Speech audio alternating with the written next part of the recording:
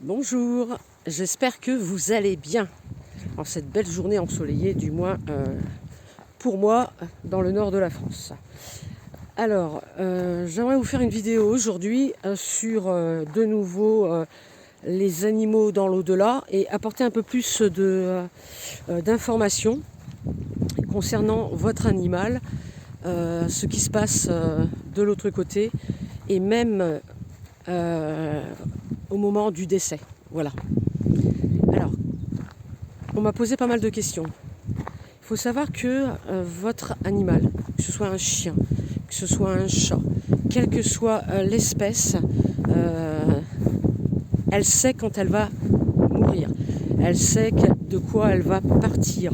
C'est pour ça que quand je rentre en télépathie avec un animal, je lui demande ce qu'il a, je lui demande où il a mal, quel est son problème, et il me le dit.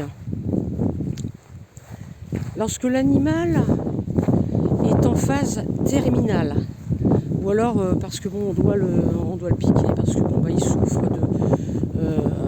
d'une autre maladie que d'un cancer, une paralysie par exemple, au niveau des hanches, il ne peut plus se déplacer et il est en souffrance.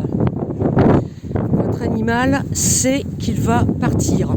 Il y a beaucoup de vent, je suis désolée, j'espère que vous m'entendez. Donc votre animal sait qu'il va partir, l'accompagner, le caresser, lui parler, le rassurer. Et lorsque vous posez ses mains sur lui au moment de partir, vous imaginez que vous lui envoyez de la lumière apaisante, rose et verte éventuellement, l'énergie de la guérison, ce qui n'est plus le cas bien évidemment, mais ça va l'aider à l'apaiser et à partir de l'autre côté plus paisiblement. Donc vous le caressez au niveau de la tête, au niveau du corps, enfin comme vous avez l'habitude de caresser votre animal, et puis vous lui parlez télépathiquement, ou vous lui parlez à haute voix, tout doucement. Vous lui dites que vous l'avez aimé durant toute sa vie, que vous continuerez de l'aimer, que il n'y a pas d'autre solution, que ce que vous faites, eh bien, c'est pour l'apaiser. C'est un cadeau quelque part, c'est une libération. Même si ça fait hyper mal, qui n'est pas passé par là, mais à un moment donné, il faut faire un choix, il faut prendre une décision. Et la décision, la plupart du temps, c'est quand l'animal est à bout, en souffrance. Il n'y a pas d'autre alternative. Quand il n'y a pas d'autre alternative, eh bien, il faut encaisser quoi. Faut encaisser le coup. Et donc en faisant ça, en posant les mains comme ça sur votre animal, en lui envoyant de l'amour, en lui faisant des bisous, éventuellement, vous allez l'aider donc à partir paisiblement de l'autre côté. Voilà. Une fois qu'il est de l'autre côté, votre animal reste autour de son corps. Il ne part pas tout de suite, il ne retourne pas tout de suite chez lui. Il reste dans quelques mètres du corps. Tant que vous êtes à côté. Mais si vous n'êtes pas à côté, l'animal est pris en charge de l'autre côté par des êtres, notamment le manou de l'animal, le maître de l'animal de la race en question, qui peut être un chien, qui peut être un chat. Donc il est pris en charge et il est ramené, son âme est transportée, guidée, on va dire aussi, plus précisément, guidée vers sa demeure. Instinctivement, là, comme ça, non, il ne va pas y aller, il va y penser. Il va penser à sa maison, il va penser à son chez lui, mais il ne va pas y aller. Il est guidé, voilà. Une fois qu'il est guidé et qu'il est chez lui, il vit sa vie comme si qu'il était vivant. C'est-à-dire il se promène, il joue, Il va venir près de vous, même à la limite, il va peut-être se frotter à vous comme pour réclamer des câlins, alors qu'au final, bon bah il sait quelque part que il sait que vous ne pourrez pas le percevoir. Ça c'est clair qu'il le sait. Mais si vous êtes médium, bon bah ça l'animal sait que vous allez le ressentir. Il y a des personnes qui peuvent voir des boules de lumière, le voir se déplacer, des petites ombres. Et encore, c'est pas des ombres vraiment foncées, c'est une comment dire, c'est plutôt dans les tons très très clairs, même limite un peu blanc. Sentir son odeur, entendre ses griffes sur le plancher, sur le palier, sur le parquet, je veux dire, le carrelage. Il peut l'entendre japper, aboyer, jouer, toucher sa gamelle. Même un jouet, il peut activer un jouet. Bref, c'est comme si en fait, il vous disait « Hey, je suis là, je suis encore là. Hey, tu me vois pas, mais je suis encore là, quoi. » Et ça va durer environ mais alors c'est ce que j'ai pu constater, environ une bonne dizaine de jours. Une bonne dizaine de jours, l'animal va être là, il va vivre sa vie et vous pouvez aussi le filmer avec votre téléphone portable. Si vous prenez des photos, faites-le en mode flash parce que c'est tellement subtil, les corps énergétiques sont tellement subtils que le fait de prendre une photo normale, on ne va pas, l'optique ne va pas capter l'animal. Il va pas réussir à le prendre en photo. Par contre, si vous mettez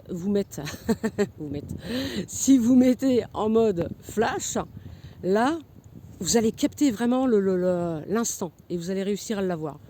C'est pareil pour les orbes, hein, ceux qui ont fait des photos d'orbes ou d'esprit de la nature, c'est exactement la même chose. Voilà. Bon, bien sûr, il faut faire la part des choses entre la poussière et tout ça, les particules de poussière, etc. Voilà. Je voulais parler de ça et puis savoir que l'animal, il ne se sent pas donc abandonné de l'autre côté. Il sait très bien que c'est un acte de délivrance qu'on fait à son égard, que l'on fait à son égard. Le fait de faire ça, il sait que c'est une libération. Il ne va pas vous détester pour ça, il ne va pas vous en vouloir. Il va vous rester fidèle, même de l'autre côté. Ensuite, il peut revenir plutôt assez rapidement quand on compte donc la gestation de 30 jours. Il peut revenir assez, je vais rester là, il y a moins de vent. Il peut revenir assez rapidement, se réincarner. C'est lui qui décide quand il va revenir. Il peut revenir au bout de 2-3 mois, comme il peut revenir au bout de 6 mois ou d'un an, 2 ans. C'est lui qui décide. Voilà. Vous lui dites juste que vous êtes OK, que vous l'aimez et que vous voulez qu'il revienne, mais c'est lui qui décide. Vous n'exigez pas, je veux que tu reviennes là dans 2-3 mois. Non, il faut pas faire ça. Il faut juste dire, la porte elle est ouverte, elle est là. Bon, moi, il n'y a pas de problème. Hein. Tu reviens quand tu veux. Il n'y a pas de souci. Puis après, c'est au ressenti. C'est au ressenti, c'est comme on sent. Quand on se dit, tiens, là, maintenant, je le sens, j'ai envie de faire des annonces, j'ai envie de me promener, de sortir, peu importe. On va rencontrer quelqu'un qui, justement, vend des chiots, donne des chiots, bref, ou a trouvé un chiot. Si c'est bien sûr au-delà de la gestation, il ne faut pas oublier, hein, au-delà de la gestation, c'est-à-dire au-delà d'un mois, et puis après il faut compter au moins 2 mois parce qu'il faut qu'il soit sevré, donc en gros 3 mois, donc dans les 3 mois, le chiot, si vous tombez sur un chiot, c'est forcément, bien évidemment, c'est pas votre chien. Voilà. Au-delà, après, allez, vous mettez votre radar en marche et puis vous écoutez votre cœur, votre intuition, comment elle vous parle. Voilà. Alors après, arrête Ben, arrête. Après, on m'a posé aussi au niveau des abattoirs, tout ça, les animaux en souffrance. Eh bien, l'animal, au départ, certains animaux, ils savent qu'ils vont être sacrifiés. pour être mangés. Bon, ils sont ok, d'accord. Mais après, quand ça devient vraiment un abattage régulier, vraiment qui dure, qui est excessif, hein, dont il n'y a aucun respect dans l'abattage, si tant est qu'il y en ait, hein, du respect, même s'il y a du respect, bon moi je suis pas pour l'abattage, mais il y a un égrégore. Il y a un égrégore, comme pour les humains, c'est pareil, l'égrégore animal, l'égrégore des animaux, c'est pareil. En fait, l'animal va créer une peur, donc un égrégore, quand on est sensible, quand on est médium, on sent même la mort, on la sent la mort, on sent la mort de l'animal. Les animaux ressentent tout ça, ils le perçoivent, et ils sont très très très très malheureux, très tristes, parce qu'ils savent que en fait, c'est terminé pour eux, et il n'y a aucune alternative que cette fin-là. Ils vont libérer des toxines dans leur sang, par la peur. Ces toxines vont empoisonner le sang, donc la chair, la viande, et ensuite vous allez la manger. Voilà. Donc ce n'est pas bon dans un sens. Je ne vous dis pas mangez pas de viande, vous faites comme vous le voulez, vous êtes libre, mais cette toxine-là, elle n'est pas bonne pour l'humain. Une fois que l'âme est libérée de l'autre côté après l'abattage, toutes ces âmes, ces animaux, toutes les vaches, on va dire, par exemple, ils passent tous à l'abattoir, les cochons, les poules, chaque espèce a son âme groupe. Ils sont pris en charge pas séparément, ils sont tous pris en charge en masse. Voilà. Et ils vont donc dans des lieux pour être soignés. Leurs corps énergétiques sont soignés parce qu'ils ont eu un choc émotionnel hyper méga violent. Voilà. Même si on les électrocute avant la fin, il y a quand même un choc psychologique. Déjà, les poules, de la façon dont elles sont foutues dans les camions pour être menées à l'abattoir et puis tout le reste. Je vous passe des détails.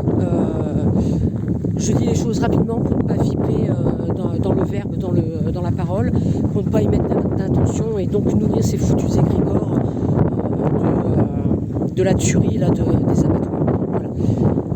Donc, il y a une chose qu'on peut faire, et moi que je fais tous les soirs avant de m'endormir, c'est visualiser donc, les abattoirs avec un dôme de lumière lumineux autour. Bien sûr, j'ai pas d'abattoir dans le coin, mais je visualise, j'imagine, de façon à ce que les âmes se libèrent très vite et que les animaux aient ce passage rapidement. Voilà. Donc c'est de ça dont je voulais vous parler, puisqu'on m'avait posé la question par rapport à ça en privé. Voilà. Donc je vais finir quand même sur une super méga magnifique note, hein, pour lever un peu la vibration, la tonalité, le ton de la vidéo, que votre animal, de l'autre côté, dans les rêves, non seulement il peut répondre à vos questions par rapport à d'autres animaux qui sont déjà dans le foyer, il peut vous répondre. Si vous avez des questions, mon animal actuel il est malade, ou il a ci, il a ça, est-ce que mon chat voit mon autre chat de l'autre côté, ou mon chien, vous pouvez lui poser la question, même à votre chat vivant, vous pouvez télépathiquement lui demander, et lui, il va recevoir votre message, vous lui parlez en pensée, vous envoyez l'image à votre chat vivant, votre chat décédé, et votre chat vivant, si votre chat décédé arrive, il va le regarder. Voilà ce qu'il va faire. Il va le regarder parce qu'il va le voir. Voilà. Après, il y avait un autre sujet dont je voulais aborder. C'était quoi par rapport au...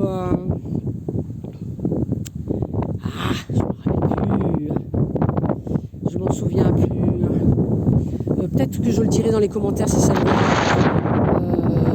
Éventuellement, si ça me revient, je ferai une annotation dans les commentaires ou en bas, là, dans les descriptifs. Je rajouterai un petit truc après, par la suite, si ça me revient, ce que je voulais vous dire. Voilà. Si ça y est, ça me revient. Voilà. Donc, ce que je voulais dire, c'est que un animal, quand il est décédé, qui se retrouve de l'autre côté, il arrive avec toutes ces informations, ces expériences de son vécu sur la Terre. il informe les autres âmes. Par exemple, nous avons, allez, disons, 3 chiens qui se réincarnent quasi simultanément, ou l'un après l'autre, et on tourne sur un chien ou 2 chiens dans la même famille durant des décennies, admettons. Voilà.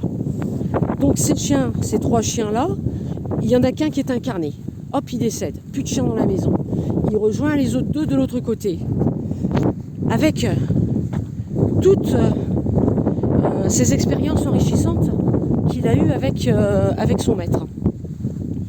Il va apporter toutes ces informations et il va enrichir les 2 autres âmes restantes, qui à la limite peut-être se sont réincarnées que 2 fois, ou peut-être 1 fois. Voilà. Quand l'un des autres 2 revient, se réincarne, et même si c'est sa première incarnation, il ne va pas venir